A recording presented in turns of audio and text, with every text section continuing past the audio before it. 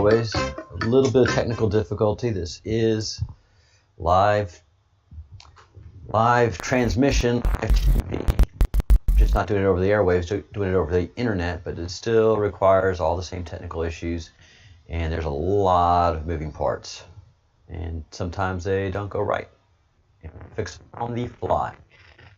So that's why we have a 3-minute intro. I mean, every time. There's rarely an episode where there's not something going on with the computer, camera, something. Internet power suddenly goes out mysteriously. But good morning. Good morning from Spain. Good afternoon to you who are in India and in Australia, New Zealand. All you folks, hope you're having a wonderful day so far. And in America, those of you who are picking either night owls, and those of you who pick it up as a recording, hello. This is the Breadcrumbs Project, and we follow the breadcrumbs of facts and truths that we can find, and hopefully get to that whole loaf of the truth that I'm always looking for. It came to me through archaeology, that the history that we've been taught is not the history that has happened. There is so much archaeological misinterpretation, and one of the biggest ones is the pyramids of Egypt. You talk to anybody who is an academic, and you tell them there's no way the modern dynastic Egyptians, especially Khufu, would create that with greater manpower than Egypt had with pyramids. They will freak out at you, and they'll call you kook in the conversation. Why? Because they're trained to do that. Because they're trained to do that. The academic setting. If you read a fascinating book by Dr. Heather Lynn on what's the name of the book? The Anunnaki. She gives a great breakdown. She gives a lot of archaeological detail, a lot of things I don't agree with her, and a lot of things that I think she doesn't agree with me. That should be academia. You should not have groupthink in academia. You should not have a bunch of professors agreeing all the time. There has to be, the only way you can get to the truth is always have constant dialogue. Groupthink is dangerous. So Dr. Lynn points out that when you go into the archaeological community in academia, when you start taking your very first archaeology class, you are asked to take one of the pseudo researchers, pseudo scientists, as they call us, like Zachariah Sitchin, Graham Hancock, all the great names, and come back, research them, and tell me how they are wrong. Debunk them.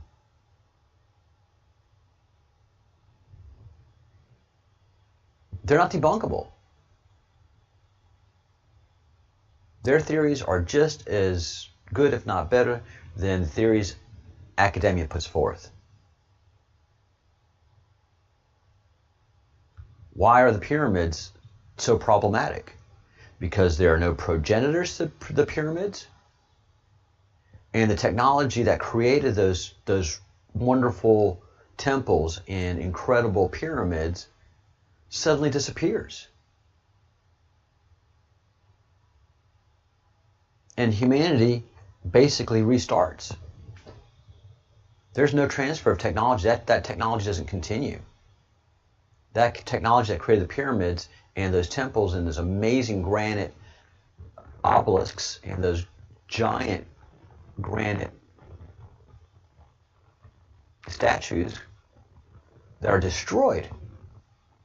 How do you what kind of power does it take to destroy some of those granite statues? Most of those granite statues, for example, I think, if not all of them, have been somehow destroyed or marked.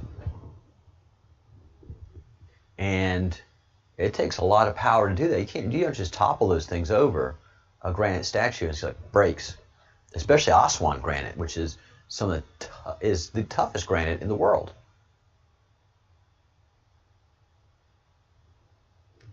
And the academics can't explain why obelisks have perfect tone. If you hit an obelisk, bing, it has perfect tone. They just don't care to investigate it. They're just like, well, these obelisks are just very sensational and an example of fine Egyptian arts, fine Egyptian craftsmanship. And then they bring in identity politics. Are you trying to tell me that the Egyptians are so inept and incapable they couldn't create these temples? Yeah, that's exactly what I'm saying. They can't do it now. You can't create an obelisk in granite like that today. Good luck in trying. And from the tools that they didn't have iron back then. The highest technology that they had when they said that those temples created in the meteorology, the strongest metal they had was bronze. And bronze cannot do the work. They didn't have enough bronze to be able to create one of those pyramids, much less 3 of them. There wasn't enough bronze in Egypt. And to the bigger point, bronze cannot do the craftsmanship that is required to create those blocks, render them smoothly. It's just not there. Bronze can't cut the blocks, and there's no tools,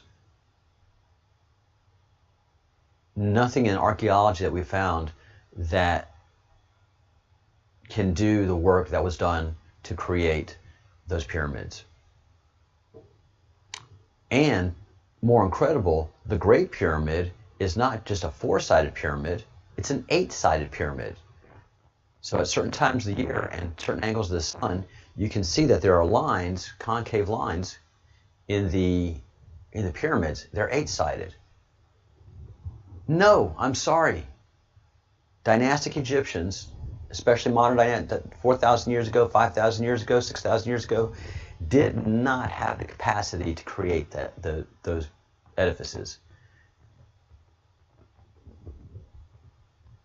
So that's where my split started with archaeology, and my research has led me in wonderful directions. And Dr. Zachariah Simpson and Graham Hancock, they did great research, and the work that they have provided is well documented, well footnoted, and good research. And it's taken seriously by serious people. The flakes in academia, they just regurgitate what they're told to regurgitate. If they don't do it, they're out of the club.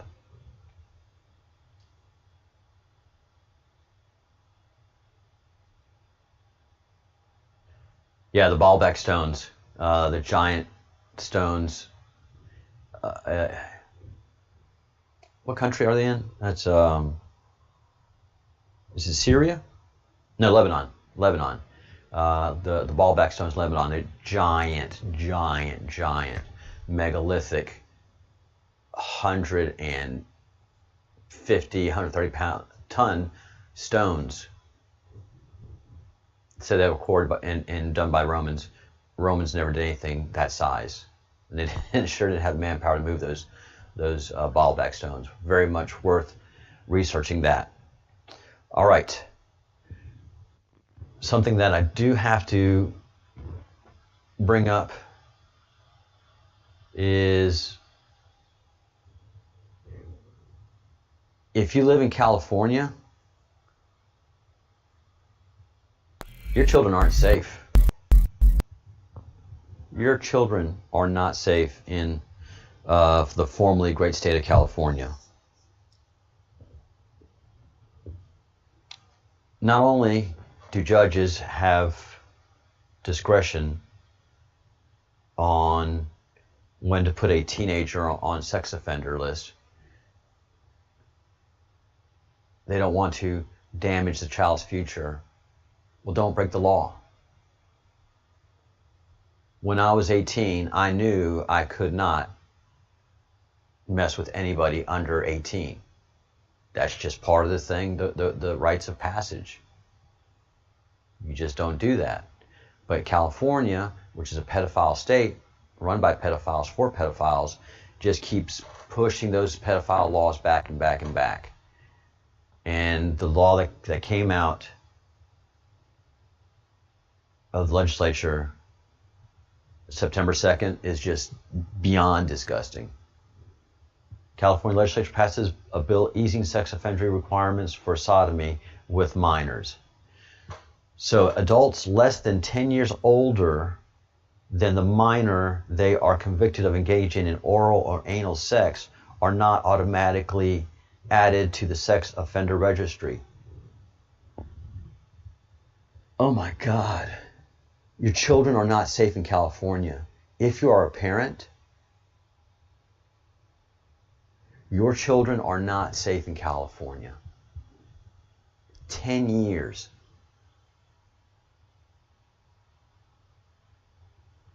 So if you're 25 years old, you can sodomize a 15-year-old. And you're not going on a sex offender list. You got to just make a great case to the judge to make them go 51% to no. You know, and that judge is probably a pedophile themselves. So they'll probably get, 18 months suspended sentence, community service. We don't want to ruin this adult's good name and reputation. What about the victim? There's just never discussions about the victims in these things. This is heinous. Heinous. It's evil.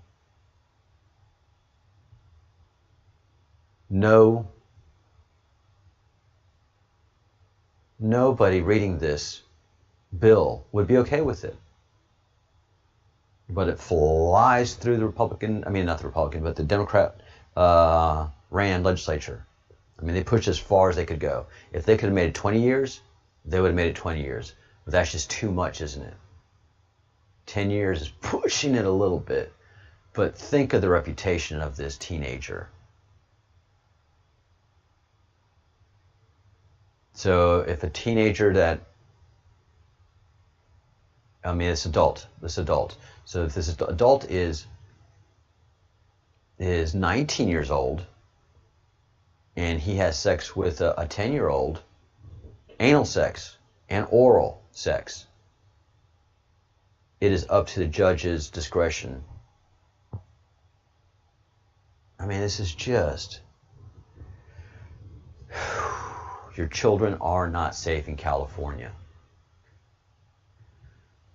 And before we get on to the drops, two pieces of news that are worthwhile and worth noting.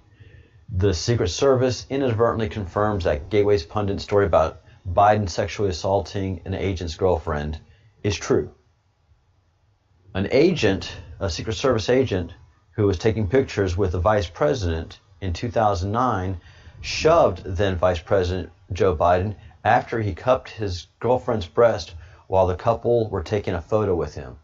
So he puts his arm around and cups the boob. I mean, he's caught doing this again and again and again. The man is disgusting.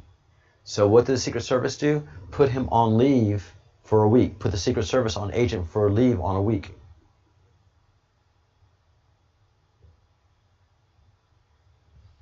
The situation got so heated, a source said, who was a Secret Service agent at the time, told the Gateway pundit that others had to step in order to prevent the agent from hitting the then vice president. And he was suspended for a week. So that, at first there were denials about this story that the Gateway pundit broke. And now, with the Freedom of Information Act, we find out that the agent in question was indeed suspended for a week. Pretty shocking stuff. One more piece of news that's really interesting. Soldiers from the 34th Marine Military Police Company, which is a National Guard out of Minnesota, 150 members are being deployed to Guantanamo Bay for a 9-month rotation. This is an annual training, but 150 going to Guantanamo Bay.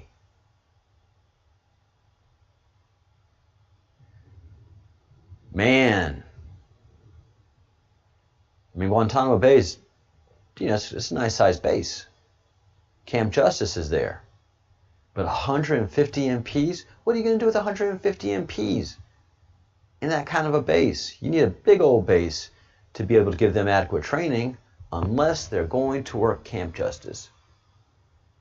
This is innuendo. This is rumor. I have nothing but observation to back this up. But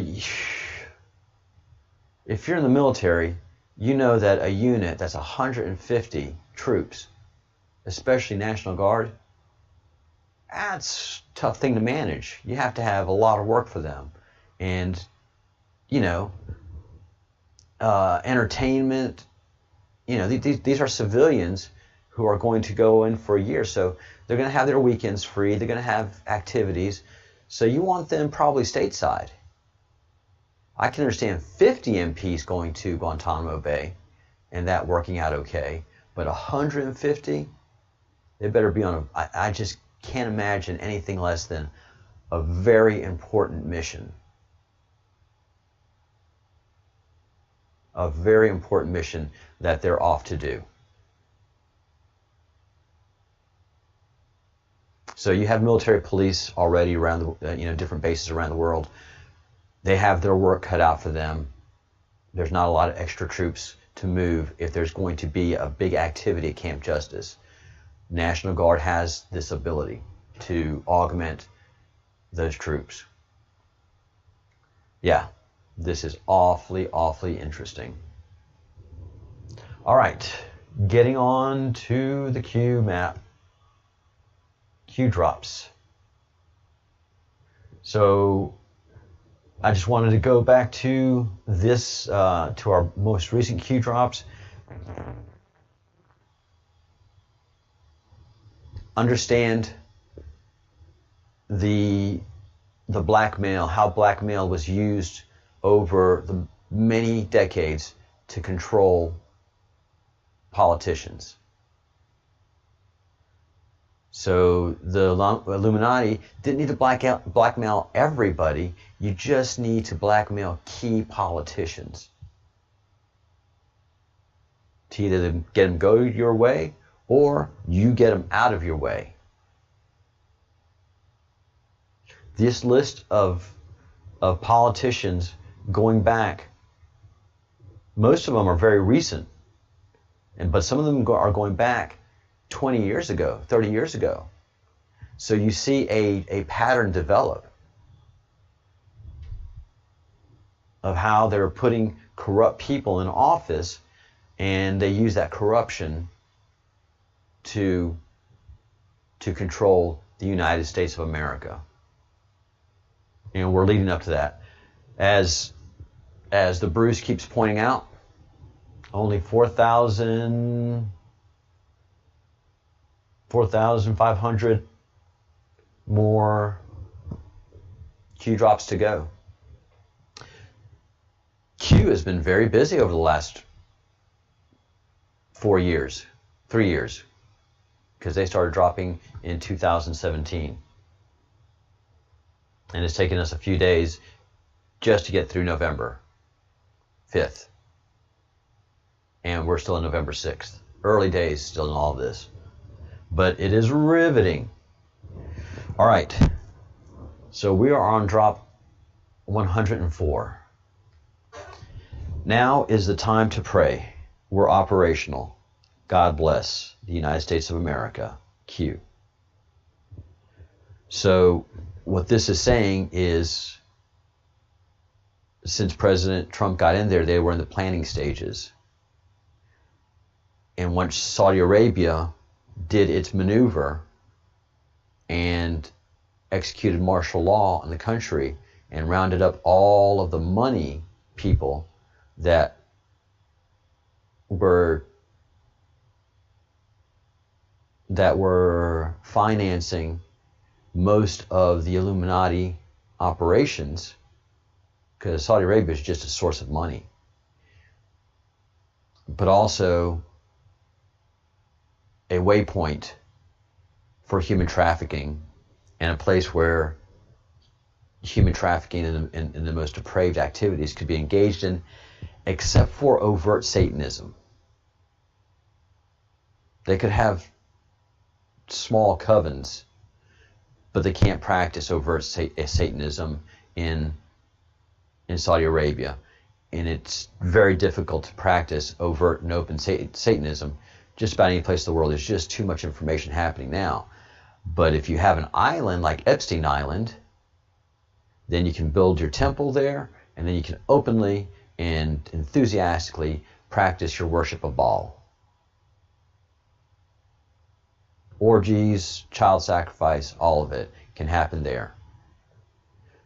These for the upper echelon and the super elite of the Illuminati, this happens in their castles, and that is fine.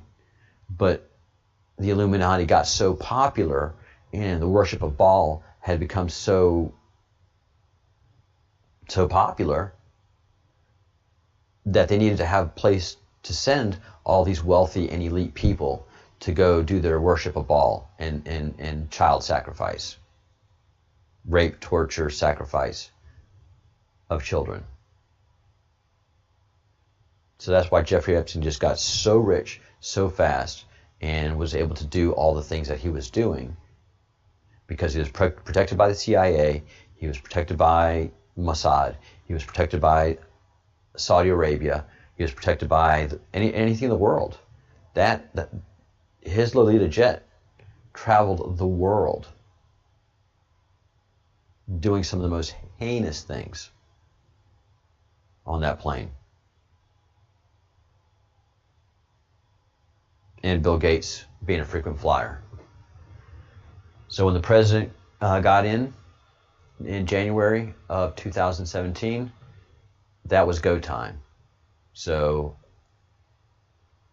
everything became, all the planning and movements were happening up until November 5th, I would say. And November 5th, everything went operational, and at 1:50 a.m. Eastern Time, Q says, we are now operational. We're operational. That means they're executing secret operations to take out key figures. 105. Please pray. Operators are active. Please pray. Operators are in harm's way. High risk, high value targets. Please pause and give thanks to those who would die to save our republic. More to follow.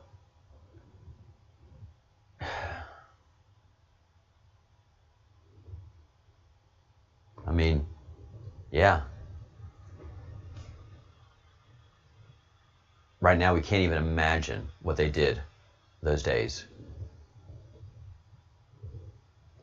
All right. So we'll go into 106.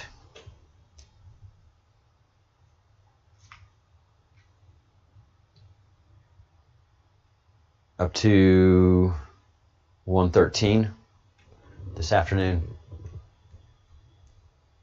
And in a half hour, I will continue my deep dive on QWeb, This has been fascinating and absolutely depressing to study. And I've been warned that this would be happening. But what the cannibals did to Christianity is unforgivable. It is truly unforgivable.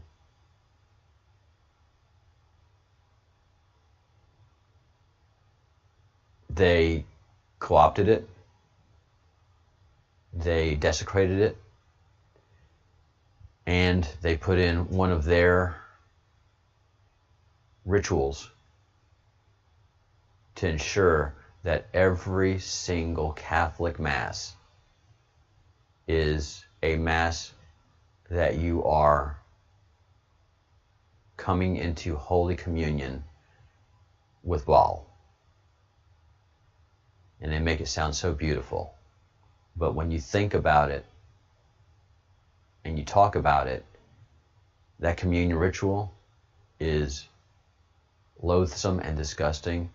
And as Christians find out that their religion was co-opted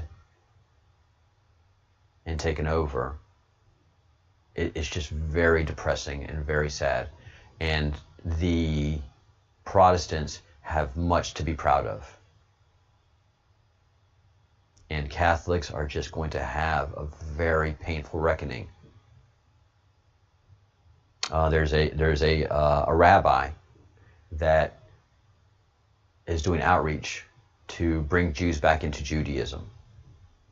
And he does discussion about Paul. And in my research over the last several weeks, my doubt of Paul entered in probably about 5 years ago. But over the last several weeks, deep diving into the creation of the Catholic Church, I mean, Paul was an operative. Paul was an operative for the Roman government and took over the worldwide Christian movement from Peter. Peter had to be taken out. And then Paul was put in place to say, this is where you want to go. This is the popular way. This is the way everybody wants to do this. No, don't pay attention to those crazy Jewish laws. I was a Jew, and I'm telling you that those Jewish laws are crazy. We're going to do things our own way, and we're going to put some activities, and we're going to create a mass, and we're going to recreate something that really never happened. And it's just going to be beautiful. The Last Supper. Celebrated at that Jewish ritual Passover. So we're going to take that, tear it apart, and do something that a Jew would never, ever, ever think to do.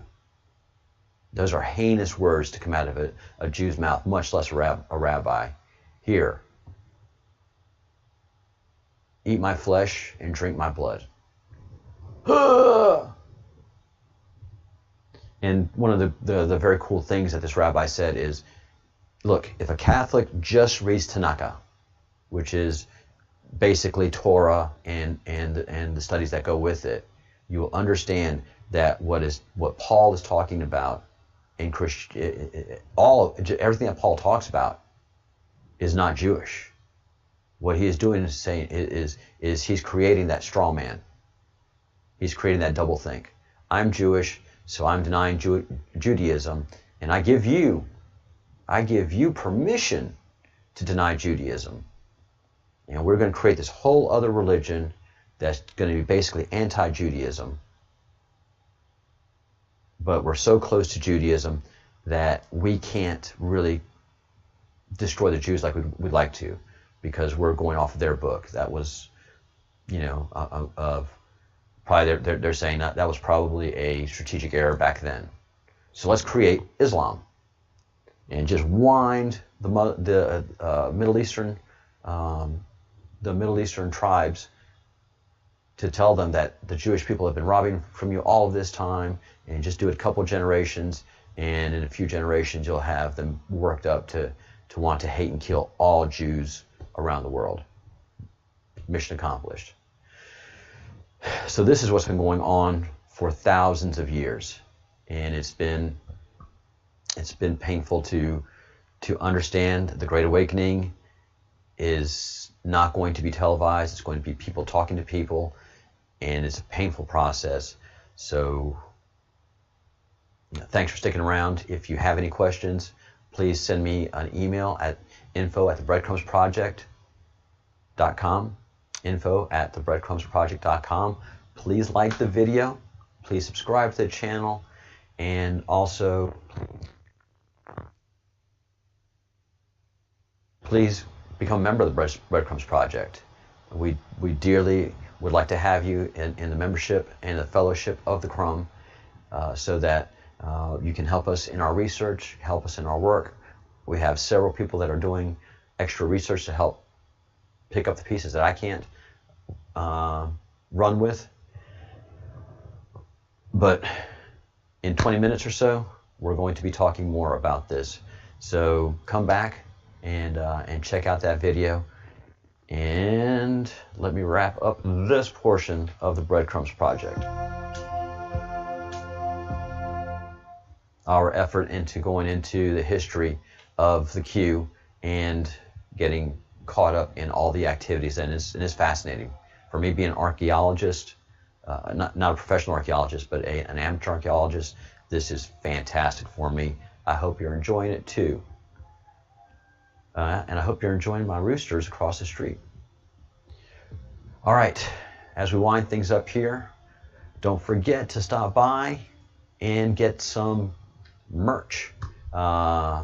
We have beautiful original t-shirts and hoodies and more shirts coming into the store that are going to be just fantastic, and also to get that Q brand out there, intimidating all of the Marxists and Illuminati. Yep, we're bringing fear to them. And you also can bring fear to them by constantly having good thoughts, doing good deeds, and saying good words. They hate goodness. That's why they have to take it over, desecrate it, and then send it out back into the population. So don't let that happen to you. All right, thanks. Bye.